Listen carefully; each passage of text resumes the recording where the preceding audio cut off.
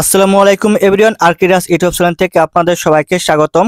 তো বন্ধুরা, আজকের এই ভিডিওতে আলোচনা করব যে আপনারা জানেন যে সারা বাংলাদেশে পুলিশ কনস্টেবল একটি সার্কুলার প্রকাশিত হয়েছে। সারা বাংলাদেশ থেকে প্রায় 4200 কনস্টেবল নিয়োগ প্রদান করা হবে। তো অনেকের একটি প্রশ্ন থাকে যে ভাই, কোন জেলা থেকে কতগুলো লোক নিয়োগ দেওয়া হবে। তো মূলত আজকের এই ভিডিওতে দেখাবো যে কোন জেলায় কতগুলো শূন্যপদ ফাঁকা রয়েছে, কোন জেলা থেকে কতগুলো লোক নিয়োগ দেওয়া হবে। এটা মূলত দেখুন, বাংলাদেশের জাতীয় পত্রিকা রয়েছে, যতগুলো পত্রিকা রয়েছে তার মধ্যে অন্যতম একটি পত্রিকা হচ্ছে প্রথম আলো পত্রিকা। এই প্রথম আলো পত্রিকা থেকে আমি নিউজটি প্রকাশিত করছি।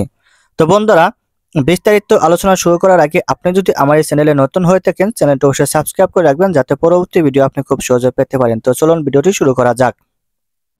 দেখুন, এখানে বলা হচ্ছে যে বাংলাদেশ পুলিশ বাহিনীতে ট্রেনিং রিক্রুট কনস্টেবল টিআরসি পদে 64 জেলা থেকে 4200 জনকে নিয়োগ দেওয়া হবে। এর মধ্যে সবচেয়ে বেশি নেওয়া হবে ঢাকা জেলা থেকে 351 জন।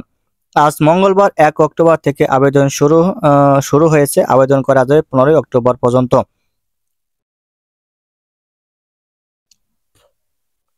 বাংলাদেশ পুলিশের দেওয়া তথ্য মতে জেলাভিত্তিক শূন্যপদ অনুসারে সবচেয়ে বেশি প্রার্থী নেওয়া হবে ঢাকা জেলা থেকে 351 জন। এরপরে দ্বিতীয় সর্বোচ্চ চট্টগ্রাম জেলা থেকে 222 জন নেওয়া হবে। দেখুন, এরপরে যে আপনার যেগুলো আছে, এছাড়া গাজীপুর জেলায় নেওয়া হবে 99 জন, মানিকগঞ্জে 41 জন, মুন্সিগঞ্জে 42 জন, নারায়ণগঞ্জে 86 জন, নরসিংদীতে 65 জন, ফরিদপুরে 56 জন, গোপালগঞ্জ 34 জন, মাদারীপুরে 34 জন, রাজশাহীতে 31 জন, শরীয়তপুর 34 জন, কিশোরগঞ্জ 85, টাঙ্গাইলে 105, ময়মনসিংহে 149, জামালপুরে 67, নেত্রকোনায় 65, শেরপুর 39, বান্দরবানে 11, কক্সবাজারে 67।